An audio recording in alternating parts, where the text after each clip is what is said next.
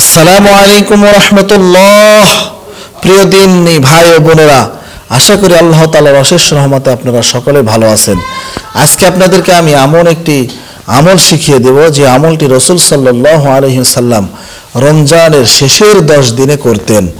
রাসূল সাল্লাল্লাহু আলাইহি ওয়াসাল্লাম রমজানের শেষের 10 দিনে বেশিরভাগ যে আমলগুলি করতেন সেগুলো আজকে আপনাকে শিখিয়ে দেব ইনশাআল্লাহ।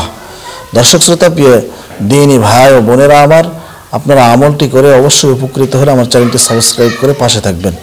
সম্মানিত দর্শক শ্রোতা, হযরত আয়েশা রাদিয়াল্লাহু তাআলা আনহু বলতেছেন, রাসূল সাল্লাল্লাহু আলাইহি সাল্লাম রমজানের শুরু থেকে 20 দিন পর্যন্ত তিনি সমস্ত স্ত্রীদের সঙ্গে রাত কাটাতেন, সমস্ত স্ত্রীদের সঙ্গে তিনি সম্পর্ক রাখতেন, কথা বলতেন, অর্থাৎ ফ্যামিলির সঙ্গে তিনি সম্পর্ক রাখতেন।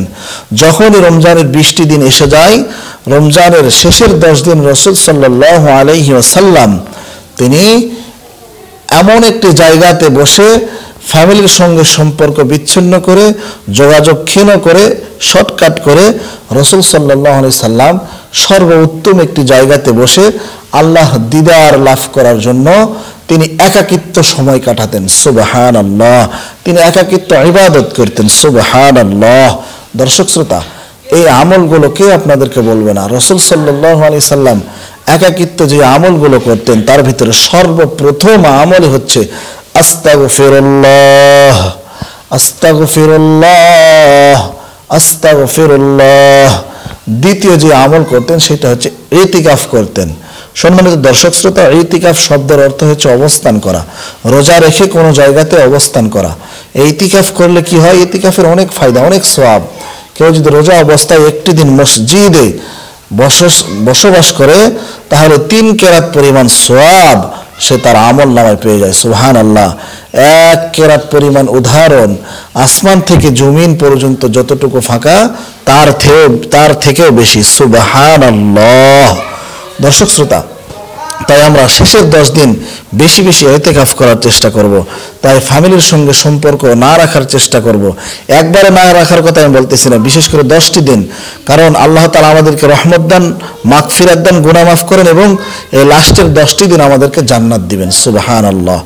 দ্বিতীয়তে যে আমল করতেন রাসূল সাল্লাল্লাহু আলাইহি সাল্লাম সেইটা হচ্ছে লা ইলাহা ইল্লাল্লাহ, লা ইলাহা ইল্লাল্লাহ, লা ইলাহা ইল্লাল্লাহ, মাঝে মধ্যে মুহাম্মাদুর রাসূলুল্লাহ সাল্লাল্লাহু আলাইহি সাল্লাম তিনি এটা বেশি বেশি আল্লাহর নামের জিকিরটা করতেন।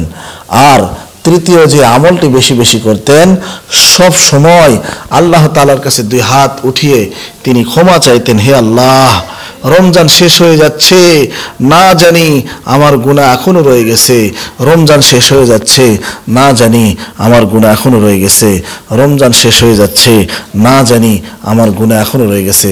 আল্লাহ, আপনি আমাকে মাফ করুন। আল্লাহ, আপনি আমার আহাল পরিবার ফ্যামিলির সবাইকে 5 ওয়াক্ত নামাজি বানিয়ে দিন। আল্লাহ, আপনি আমাদের ফ্যামিলির সবাইকে মাফ করিয়ে দিন। এইসব দোয়া বেশি বেশি পড়তেন। সুবহানাল্লাহ। তো দর্শক শ্রোতা, এই 3টি আমল যদি শেষের 10 দিন করতে পারেন, আল্লাহ তাআলা আপনার যে কোনো দোয়া, হালাল দোয়া 1 মিনিটের মধ্যে কবুল করে নেবেন। সুবহানাল্লাহ। ভিডিওটি ভালো লাগলে ডান পাশে একটি সাবস্ক্রাইব বাটন আছে, সাবস্ক্রাইব করে পাশে থাকবেন। আর যদি করে থাকেন, প্রিয় দিনী ভাই বোনেরা, আপনাদেরকে অসংখ্য ধন্যবাদ। ভালো থাকবেন। আসসালামু আলাইকুম।